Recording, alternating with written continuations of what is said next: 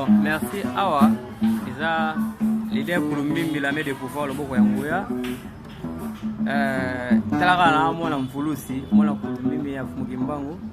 Taba mena pouvoir normal yo uza kuna na London.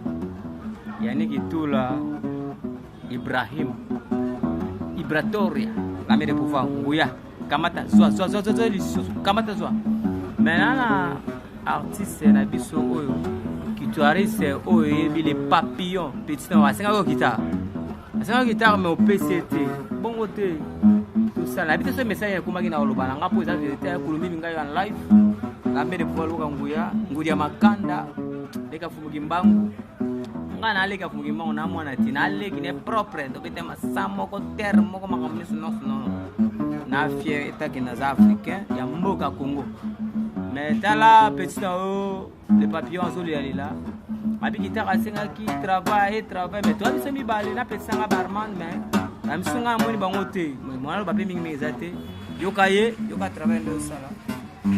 Bonjour, bonsoir, bonsoir, petit papillon guitariste là. Quand la mobe ta basse mais ça besoin quand on va depuis la guitare sur le site à la raté pour contact ngana ezate ko evolution na mokili kendela ti si na maté. Yango na osinga sigi sigi kanga magi na nzela sigi ndenge nini na bite me kuza biso kuzo kanga ba ayise donc ko koti sapina makambo ma be singa futu za ba guitare c'est ata c'est kaka le fils tout avoir dans la guitare tu as mon travail mon image tout à l'heure la guitare ni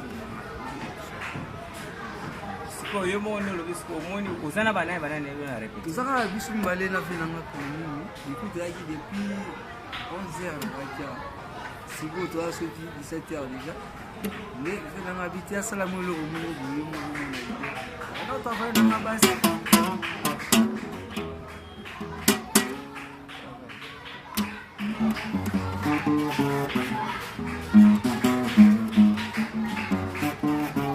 Mais yo tango pesa tango oza kulumina me kwa père ndeko na yo ya makila ne Congo amvuluzi na Fumukimbangu ngaso chetembo andoki osole tika ka bosolo yo moni mwana ngalo bas comprendre-moi on a posé la guitare on a posé ça donc particulièrement on a posé ça pour notre travail mais ça veut dire guitare vous dire oh bas c'est la retour là c'est pas sur la base ben nous nous avons répété comme il y a des scènes là bas sur tout il y a pour guitare déjà qui nous travaille on a posé la vie voilà qu'est-ce scénario il y a la guitare derrière on posé ma solo tout petit là vraiment tout petit déjà ba mission là vraiment au message ngena peso ya mwana tous là le leader jour qui ceux qui la 11e mois avec na 11e mois to ya mboka ba mission na tous là on a pour s'appeler au nyonso ko mwana ngo la biso ba petit na ba mission na yo vi la biso matambo ketcho ba bieta mo ko lota